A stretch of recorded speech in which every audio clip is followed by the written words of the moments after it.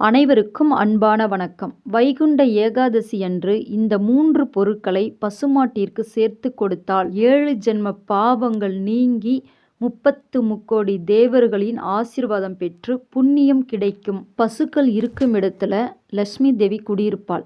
பசுக்கள் எங்க இருக்கிறதோ அந்த இடத்துல ஆரோக்கியத்திற்கு குறைவு இருக்காது என்று சொல்லப்படுது. பசுவின் உடலில் மும்மூர்த்திகளாக இருக்கக்கூடிய பிரம்மா, விஷ்ணு, சிவன், முப்பெரும் தேவியர்களாக இருக்கக்கூடிய லக்ஷ்மி, சரஸ்வதி, பார்வதி மற்றும் 30 முக்கோடி தேவர்களும் வாசம் செய்கிறார்கள்.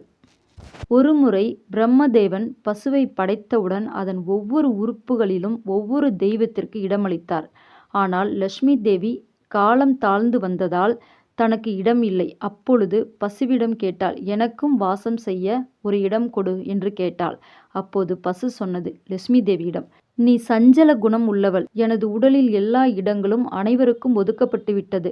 கழிக்கும் இடம் மட்டுமே மீதம் உள்ளது. அந்த இடத்தில் வேண்டுமென்றால் வாசம் செய்து கொள் என்று பசு சொன்னது. லட்சுமி தேவியும் அந்த இடத்தையாவது எனக்கு ஒதுக்கி தர வேண்டும் என்று கேட்டுக்கொண்டாள்.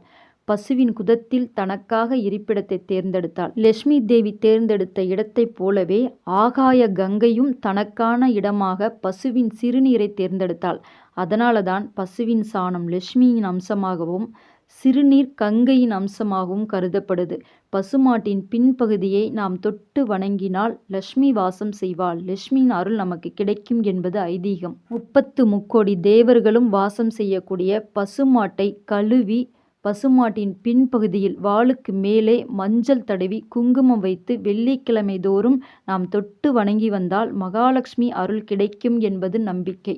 ஒரு வீடு கட்டி குடி போகிறோம் அப்படின்னா அந்த வீட்டுக்கு முதல்ல எதை கூட்டிகிட்டு வருவோம்? பசுமாடு தான். கன்றோடு இருக்கிற பசுமாட்டை முதல்ல கூட்டிகிட்டு வந்து தான் வீட்டில் அதனோட சிறுநீர் சாணம் போடணும். அப்படி போட்டால் நம்ம வீட்டுக்கு மகாலட்சுமி வந்துட்டாங்க என்று அர்த்தம். அப்போ பசுமாடு அப்படிங்கிறது மகாலட்சுமியின் வடிவம். அப்போ நம்ம வீட்டுக்கு பசுமாடு வந்தாலே மகாலட்சுமி வந்துட்டதாக அர்த்தம். அவங்க வாசம் செய்கிறாங்க அப்படின்னு தான் அர்த்தம்.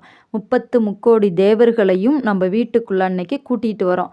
அப்போ அந்த பசுமாட்டிற்கு நம்ம இந்த 3 பொருட்களை சேர்த்து தானமாக பசுமாட்டிற்கு கொடுத்தால் 7 ஜென்ம பாவங்கள் நீங்கி 30 முக்கோடி தேவர்களின் ஆசீர்வாதம் பெற்று புண்ணியம் கிடைக்கும். இவ்வளவு சிறப்பு வாய்ந்த காமதேனு என்னும் பசுமாட்டிற்கு நாம் இந்த 3 பொருட்களை சேர்த்து கொடுத்தால் 7 ஜென்ம பாவங்கள் நீங்கி மோட்சம் கிடைக்கும், சாபம் விலகும், மகாலட்சுமியின் கடாட்சம் நிறைந்திருக்கும் அப்படின்னு சொல்லப்படுது. இப்போ எந்தெந்த பொருட்களை கொடுக்கணும் அப்படின்றத பார்க்கலாம். ஒரு கைப்பிடி அளவு பச்சரிசி, ஒரு 2 ஸ்பூன் அளவுக்கு பாசிப்பருப்பு அல்லது பச்சை பயிறு, இதில் ஏதாவது ஒன்று எடுத்துக்கோங்க. பசுமாட்டிற்கு கொடுக்க போகிற 1 மணி நேரத்துக்கு முன்னாடி ஊற வச்சுருங்க.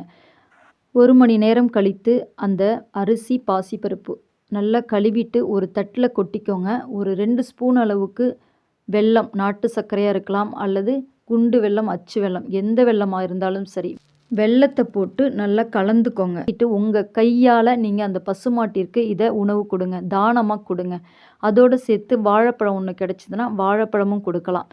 இந்த 3 பொருட்களையும் சேர்த்து வைகுண்ட ஏகாதசி டிசம்பர் 30ஆம் தேதி செவ்வாய்க்கிழமை வருகிறது. செவ்வாய்க்கிழமை அன்னைக்கு காலையில் நீங்கள் இதை ரெடி பண்ணி குளிச்சுட்டு உங்கள் வீட்டில் உள்ள பசுமாட்டிற்கு, அதாவது பக்கத்தில் பசுமாடு இருந்தாலும் அவங்கள்ட்ட சொல்லிவிட்டு உங்கள் கையால் இந்த 3 பொருட்களையும் சேர்த்து இந்த உணவை பசுமாட்டிற்கு அன்னதானமாக கொடுங்க. இதை கொடுத்தீங்கனாலே முன்ஜென்ம பாவங்கள் நீங்கும், சாபம் நீங்கும், விமோச்சனம் கிடைக்கும் என்றெல்லாம் சொல்லப்படுது. எப்பேற்பட்ட பாவங்கள் சாபங்களாக இருந்தாலும் நீங்கப்படும், முன்னோர்களின் ஆசீர்வாதம் கிடைக்கும் என்றெல்லாம் சொல்லப்படுது.